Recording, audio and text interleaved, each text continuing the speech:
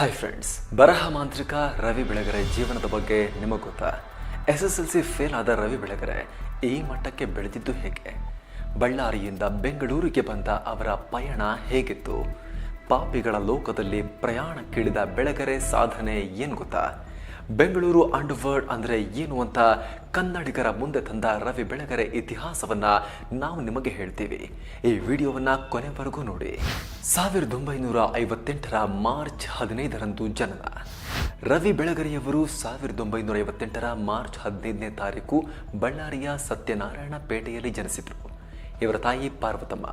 ತಂದೆ ಬಗ್ಗೆ ಎಲ್ಲೂ ಜಾಸ್ತಿ ಮಾಹಿತಿ ಕೊಟ್ಟಿಲ್ಲವಾದರೂ ಬೆಳಗೆರೆಯವರೇ ಹೇಳಿಕೊಂಡಿರುವಂತೆ ಅವರ ತಂದೆಯೂ ಓರ್ವ ಬರಹಗಾರರಾಗಿದ್ದರು.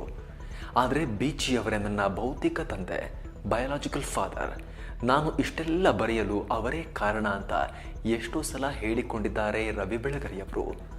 ಬೀಚಿಯವರು ಕೂಡ ಬಳ್ಳಾರಿಯವರೇ. ರವಿ ತಮ್ಮ ಪ್ರೌಢ ಶಿಕ್ಷಣವನ್ನು ತುಮಕೂರಿನ ಸಿದ್ಧಗಂಗಾ ಹೈಸ್ಕೂಲ್ನಲ್ಲಿ ಮುಗಿಸಿದರು. ಆದರೆ ನಿಮಗೆ ಗೊತ್ತಾ, SSLCಯಲ್ಲಿ ರವಿ ಬೆಳಗೆರೆ ಫೇಲ್ ಆಗಿದ್ರು. ಜೀವನದಲ್ಲಿ room boy, receptionist, news paper boy, milk seller, medical representative, theatre gate keeper ಕೂಡ ಆಗಿ ರವಿ ಬೆಳಗೆರೆ ಕೆಲಸ ಮಾಡಿದ್ರು. ಪ್ರಿಂಟಿಂಗ್ ಪ್ರೆಸ್ ಕೂಡ ತೆರೆದ್ರಾದ್ರೂ ಅದು ಸಕ್ಸಸ್ ಕಾಣಲಿಲ್ಲ. ಆದರೆ ಏನಾದರೂ ಮಾಡಬೇಕು ಅನ್ನೋ ಛಲ ಇತ್ತಲ್ಲ. ಸೊ SSLC ಫೇಲ್ ಆಯಿತು ಅಂತ ಅಲ್ಲಿಗೆ ಓದು ನಿಲ್ಲಿಸ್ಬಿಡ್ಲಿಲ್ಲ. ರವಿ ಬೆಳಗೆರೆ ತಮ್ಮ ಶಿಕ್ಷಣವನ್ನು ಮುಂದುವರೆಸಿ ಬಳ್ಳಾರಿಯಲ್ಲಿ ಇತಿಹಾಸ ಮತ್ತು ಪ್ರಾಚ್ಯ ಶಾಸ್ತ್ರದಲ್ಲಿ MA ಪದವಿಯನ್ನು ಪಡ್ಕೊಂಡ್ರು. ನಂತರ ಬಳ್ಳಾರಿ, ಹಾಸನ, ಹುಬ್ಬಳ್ಳಿಯಲ್ಲಿ ಪ್ರಾಧ್ಯಾಪಕರಾಗಿ ಕೆಲಸ ಮಾಡಿದ್ರು. ಪತ್ರಿಕೋದ್ಯಮದತ್ತ ಒಲವು, ಬೆಂಗಳೂರಿಗೆ ಪಯಣ. ನಂತರ ಕರ್ಮವೀರ ಪತ್ರಿಕೆಯಲ್ಲಿ ಕೆಲಸಕ್ಕೆ ಸೇರಿದ ರವಿ ಬೆಳಗೆರೆ ಬದುಕು ಮತ್ತೊಂದು ತಿರುವನ್ನು ಪಡೆದುಕೊಳ್ತು. ಹೀಗೆ ಬೆಂಗಳೂರಿಗೆ ಬಂದ ಅವರು ಕ್ರೈಮ್ ಸಂಬಂಧಿತ ವರದಿಗಳನ್ನು ಬರಿತಾ ಇದ್ರು. ಅವು ತುಂಬ ಫೇಮಸ್ ಆದವು. ನಂತರ ಅವರಿವರ ಸಹಾಯದಿಂದ 1995ರಲ್ಲಿ ಹಾಯ್ ಬೆಂಗಳೂರು ಅನ್ನುವ ವೀಕ್ಲಿ ಟ್ಯಾಬ್ಲಾಯ್ಡ್ ಶುರು ಮಾಡಿದರು. ಪದ್ಮನಾಭನಗರದ ಒಂದು ಸಣ್ಣ ಕಚೇರಿಯಲ್ಲಿ ಶುರುವಾದ ಈ ಟ್ಯಾಬ್ಲಾಯ್ಡ್ ಸಕ್ಸಸ್ ಕಾಣೋಕೆ ಜಾಸ್ತಿ ದಿನ ಬೇಕಾಗಲಿಲ್ಲ. ಇದರ ಲವಲವಿಕೆ, ಬಾಟಮ್ ಐಟಮ್, ಖಾಸ್ ಬಾತ್ ಮತ್ತು ಬೆಂಗಳೂರು ಅಂಡರ್ವರ್ಲ್ಡ್ ಕುರಿತ ಪಾಪಿಗಳ ಲೋಕದಲ್ಲಿ ಅನ್ನೋ ಕಾಲಂಗಳು ಜನರಿಗೆ ತುಂಬ ಇಷ್ಟವಾದವು. ಚಳಿ ಹೊತ್ತಲ್ಲಿ ಬಿಸಿ ಬಿಸಿ ದೋಸೆ ಸೇಲ್ ಆಗೋ ರೀತಿಯಲ್ಲಿ ಹಾಯ್ ಬೆಂಗಳೂರು ಪತ್ರಿಕೆ ಸೇಲ್ ಆಗೋಕೆ ಶುರುವಾಯಿತು. ಜನ ಕಾದು ಕುಳಿತು ಪತ್ರಿಕೆ ಬಂದ ಕೂಡಲೇ ತಗೊಂಡು ಓದೋಕೆ ಶುರು ಮಾಡಿದ್ರು. ಹೀಗೆ ಸಣ್ಣದಾಗಿ ಹುಟ್ಟಿದ ಹಾಯ್ ಬೆಂಗಳೂರು ಕರ್ನಾಟಕದ ಮನೆ ಮಾತಾಯಿತು. 5 ವರ್ಷಗಳಲ್ಲಿ ಅತಿ ಹೆಚ್ಚು ಸೇಲ್ ಆದ ಪತ್ರಿಕೆ ಅನ್ನೋ ಹೆಸರನ್ನ ಪಡೆದುಕೊಳ್ತು.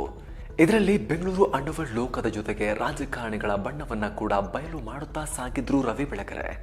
ಆವಾಗ ಹಾಯ್ ಬೆಂಗಳೂರು ಅಭಿಮಾನಿಗಳು ಮಾತನಾಡಿಸಿದ್ದು ಇಷ್ಟೇ: ರವಿ ಬೆಳಗೆರೆಗೆ ಮೀಟ್ರು ಗುರು, ಹೆಂಗೆಲ್ಲ ಚಾರ್ಟ್ಸ್ ಬರಿತಾ ನೋಡುವಂತ. ಓ ಮನಸ್ಸೆ ಜೊತೆ 70 ಪುಸ್ತಕಗಳು. ಹಾಯ್ ಬೆಂಗಳೂರು ಸಕ್ಸಸ್ ಆದಮೇಲೆ ರವಿ ಬೆಳಗೆರೆ ಓ ಮನಸ್ಸೆ ಅನ್ನೋ ಮ್ಯಾಗಝಿನ್ ಶುರು ಮಾಡಿದ್ರು. ಇದರಲ್ಲಿ ಬದುಕಿನಲ್ಲಿ ಯಶಸ್ಸಿಗಾಗಿ ಯುವಕರು ಮಾಡುವ ಸರ್ಕಸ್ಗಳ ಬಗ್ಗೆ ವಿವರಿಸಿದ ರವಿ ಬೆಳಗೆರೆ ಯುವಕರು ಏನು ಮಾಡಬೇಕು ಅನ್ನೋದನ್ನು ಕೂಡ ತಿಳಿಸೋಕೆ ಪ್ರಯತ್ನ ಪಟ್ಟಿದ್ರು. ಅದೃಷ್ಟ ಅನ್ನೋ ರೀತಿಯಲ್ಲಿ ಇದು ಕೂಡ ಸಕ್ಸಸ್ ಆಯಿತು.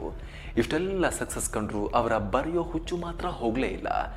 ನಿರಂತರವಾಗಿ ಬರವಣಿಗೆ ಮುಂದುವರಿಸಿದ ರವಿ ಕಾದಂಬರಿ, ಅನುವಾದ, ಕಥಾ ಸಂಕಲನ, ಅಂಕಣ ಬರಹಗಳು, ಜೀವನ ಕಥನ ಸೇರಿದಂತೆ ಸುಮಾರು 70 ಪುಸ್ತಕಗಳನ್ನು ಬರೆದಿದ್ದಾರೆ. ಪಾಪಿಗಳ ಲೋಕದಲ್ಲಿ, ಭೀಮಾ ತೀರದ ಹಂತಕರು, ಪಾತಕಿಗಳ ಕುರಿತ ಪುಸ್ತಕಗಳಾಗಿದ್ರೆ ಮಾಂಡೋವಿ, ಮಾಟಗಾತಿ, ಸರ್ಪ ಸಂಬಂಧ ಕಾದಂಬರಿಗಳಾಗಿದ್ವು. ಹಿಮಾಲಯನ್ ಬ್ಲಂಡರ್ 1962ರ ಭಾರತ ಚೀನಾ ಯುದ್ಧ ಕುರಿತ ಮಾಹಿತಿಯನ್ನೊಳಗೊಂಡ ಅನುವಾದ ಪುಸ್ತಕವಾಗಿತ್ತು. ಇವುಗಳ ಪೈಕಿ ಪಾಪಿಗಳ ಲೋಕದಲ್ಲಿ, ಭೀಮಾ ತೀರದ ಹಂತಕರು ಪುಸ್ತಕ ಕಾಪಿ ಮಾಡಿದ್ದಾರೆ ಅಂತ ಓಂ ಮತ್ತು ಭೀಮಾ ತೀರದಲ್ಲಿ ಸಿನಿಮಾ ನಿರ್ದೇಶಕರೊಂದಿಗೆ ಕಿರಿಕ್ ಕೂಡ ಮಾಡಿಕೊಂಡ್ರು. ರಾಜ್ಕುಮಾರ್, ಲೀಲಾವತಿ ಮತ್ತು ವಿನೋದ್ ರಾಜ್ ಕುರಿತು ಅವರು ಬರೆದಂತಹ ರಾಜ್ ಲೀಲಾ ವಿನೋದ ಕೂಡ ಭಾರಿ ಚರ್ಚೆಗೆ ಗ್ರಾಸವಾಗಿತ್ತು. ಟಿವಿ ಕಾರ್ಯಕ್ರಮ, ಸಿನಿಮಾಗಳಲ್ಲಿ ನಟನೆ. ATVಯಲ್ಲಿ ರವಿ ಬೆಳಗೆರೆ ಕ್ರೈಮ್ ಡೈರಿ ಅಂತ ಪ್ರೋಗ್ರಾಂ ನಡೆಸ್ಕೊಡ್ತಾ ಇದ್ರು. ಅದರ ನಿರ್ಮಾಪಕ, ಬರಹಗಾರ, ಧ್ವನಿ ಎಲ್ಲರೂ ಇವರೇ ಆಗಿದ್ರು. ಇದು ರವಿಯವರಿಗೆ ಟಿವಿಯಲ್ಲೂ ಹೆಸರನ್ನ ತಂದುಕೊಡ್ತು. ಅವರ ವಾಯ್ಸ್, ಸ್ಟೋರಿ ಹೇಳುವ ವಿಧಾನ ಜನರಿಗೆ ತುಂಬಾ ಇಷ್ಟವಾಯಿತು. ನಂತರದಲ್ಲಿ ತೆರೆಕಂಡ ಡೆಡ್ಲಿ ಸೋಮಾ ಚಿತ್ರಕ್ಕೂ ರವಿ ಬೆಳಗೆರೆ ಹಿನ್ನೆಲೆ ಧ್ವನಿಯಾದರು. ನಂತರ ಇವರು ನಡೆಸಿಕೊಟ್ಟ ಎಂದೂ ಮರೆಯದ ಹಾಡು ಕೂಡ ಎಲ್ಲರಿಗೂ ಇಷ್ಟವಾಯಿತು.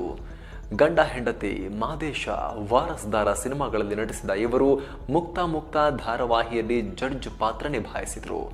ಅಷ್ಟೇ ಯಾಕೆ, ನಮ್ಮ ರಾಜ್ಯದ ಮಾಜಿ ಸಿಎಂ ಮತ್ತು ಓರ್ವ ನಟಿಯ ಲವ್ ಸ್ಟೋರಿಯ ಕುರಿತು ಮುಖ್ಯಮಂತ್ರಿ ಐ ಲವ್ ಯು ಅನ್ನುವ ಸಿನಿಮಾ ನಿರ್ದೇಶನಕ್ಕೆ ಪ್ರಯತ್ನ ಪಟ್ಟರು. ಆದರೆ ಆ ಮಾಜಿ ಸಿಎಂ ಅವರ ತಂದೆ ಕೋರ್ಟ್ ಮೂಲಕ ಸ್ಟೇ ತಂದ ಪರಿಣಾಮ ಆ ಸಿನಿಮಾ ತೆರೆ ಕಾಣಲಿಲ್ಲ. ವಿವಾದಕ್ಕೂ ರವಿಗೂ ಯಾವಾಗಲೂ ಹತ್ತಿರ. ವಿವಾದಕ್ಕೂ ರವಿ ಬೆಳಗೆರೆಗೂ ಯಾವಾಗಲೂ ಹತ್ತಿರದ ಸಂಬಂಧ. ನಟಿ ರೂಪಿಣಿಯವರ ಬಗ್ಗೆ ಬರೆದ ಲೇಖನವೊಂದು ತುಂಬಾ ವಿವಾದಕ್ಕೀಡಾಗಿತ್ತು. ಅಷ್ಟೇ ಯಾಕೆ, ಈಗ ಮೈಸೂರು ಸಂಸದರಾಗಿರುವ ಪ್ರತಾಪ್ ಸಿಂಹ 2010ರಲ್ಲಿ ವಿಜಯ ಕರ್ನಾಟಕ ಪತ್ರಿಕೆಯಲ್ಲಿದ್ದರು. ಆಗ ರವಿ ಬೆಳಗೆರೆಯವರು ಪ್ರತಾಪ್ ಸಿಂಹರನ್ನ ಬಾಯಿಗೆ ಬಂದಂತೆ ಟೀಕಿಸಿದ್ರು, ಅವಮಾನಕಾರಿ ಮಾತುಗಳನ್ನಾಡಿದ್ರು. ಯಾವ ಮಟ್ಟಿಗೆ ಅಂದ್ರೆ ಕೊನೆಗೆ ಪ್ರತಾಪ್ ಸಿಂಹ ರಾಜೀನಾಮೆ ಕೊಡಬೇಕಾಯ್ತು. ನಂತರ ಪತ್ರಿಕೆ ಸಂಪಾದಕರಾಗಿದ್ದ ವಿಶ್ವೇಶ್ವರ ಭಟ್ ಕೂಡ ರಾಜೀನಾಮೆ ನೀಡಿದ್ರು. ನಂತರ ಪ್ರತಾಪ್ ಸಿಂಹ ಕೂಡ ತಮ್ಮ ವೆಬ್ಸೈಟ್ನಲ್ಲಿ ರವಿ ಅವರನ್ನ ಟೀಕಿಸಿದ್ರು. ಬೆಳಗೆರೆ ವಿರುದ್ಧ ಕೊಲೆಗೆ ಸುಪಾರಿ ಆರೋಪ. ರವಿ ಬೆಳಗೆರೆ ಮೊದಲಿಗೆ ತಮ್ಮದೇ ಲೆಕ್ಚರರ್ ಆಗಿದ್ದ ತಮಗಿಂತ 10 ವರ್ಷ ದೊಡ್ಡವರಾದ ಲಲಿತಾ ಅನ್ನೋರನ್ನ ಮದುವೆಯಾಗಿದ್ರು. ಇವರಿಂದ ರವಿ ಬೆಳಗೆರೆಯವರಿಗೆ 3 ಮಕ್ಕಳಾದ್ರು. ಇವರ ಪೈಕಿ ಮಗಳಾದ ಭಾವನಾರನ್ನ ನಟ ಶ್ರೀನಗರ ಕಿಟ್ಟಿ ಲವ್ ಮಾಡಿ ಮದುವೆಯಾಗಿದ್ದಾರೆ. ಆದರೆ ನಂತರದಲ್ಲಿ ಹಾಯ್ ಬೆಂಗಳೂರು ಕಚೇರಿಯಲ್ಲಿ ಸಹೋದ್ಯೋಗಿಯಾಗಿದ್ದ ಯಶೋಮತಿ ಅನ್ನೋರನ್ನ ಮದುವೆಯಾದ್ರು. ಇವರಿಂದ ಓರ್ವ ಮಗನ ಜನನವಾಯಿತು. ಅವನೇ ಹಿಮವಂತ. ಆದರೆ 2017ರಲ್ಲಿ ರವಿ ಬೆಳಗೆರೆ ತಮ್ಮ ಸಹೋದ್ಯೋಗಿಯಾದ ಸುನಿಲ್ ಹೆಗ್ಗರವಳ್ಳಿ ಹತ್ಯೆಗೆ ಸಂಚು ರೂಪಿಸಿದ್ದರು ಅನ್ನೋದು ಬೆಳಕಿಗೆ ಬಂದಿತ್ತು. ಅದಕ್ಕಾಗಿ ಸುಪಾರಿ ಕೂಡ ಕೊಟ್ಟಿದ್ರು ಅನ್ನೋದು ಬೇರೆ ಯಾವುದೋ ಕೇಸ್ನ ತನಿಖೆ ವೇಳೆ ಬಹಿರಂಗವಾಗಿತ್ತು. ಈ ವೇಳೆ ಬಂಧನಕ್ಕೊಳಗಾಗಿದ್ದ ರವಿ ಬೆಳಗೆರೆ ಕೆಲ ದಿನ ಜೈಲಿನಲ್ಲೂ ಕಾಲ ಕಳಿಬೇಕಾಯಿತು. ಆದರೆ ಸಿಸಿಬಿ ಅಧಿಕಾರಿಗಳು ಕಾರಿನಲ್ಲಿ ಕರೆದೊಯ್ಯುವಾಗಲೂ ಸಿಗರೇಟ್ ಸೇದುತ್ತಾ ಮಾಧ್ಯಮಗಳಿಗೆ ಪೋಸ್ ಕೊಟ್ಟಿದ್ದ ಬೆಳಗೆರೆ ತಮ್ಮ ಪ್ರಭಾವ ಎಷ್ಟು ಅಂತ ಪ್ರದರ್ಶಿಸಿದ್ರು.